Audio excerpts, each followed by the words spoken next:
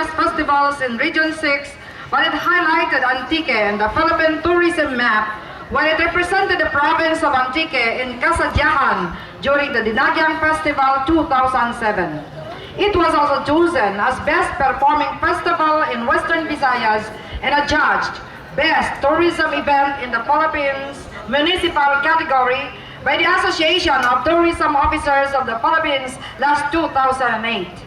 It also represented the province in One Visayas Tourism Assembly in Capiz and regional parade of festivals in Iloilo and Bacolod cities. Pahines means cleansing, cleaning all the paraphernalia, tools, and equipment needed in Muscovado or brown sugar production. Pahines will never be complete without the so-called panagdahan, or offering of food, animals, and prayers to the elementals of fire, water, air, and earth, which are believed to be providers for a good Muscovado harvest. What makes Pahines Festival unique is the utilization of instruments used in farm and sugar milling. Pahines is divided into several scenes, starting from the gathering of millers, cultivating the soil, planting the sugar cane, harvesting, making rituals, and merrymaking.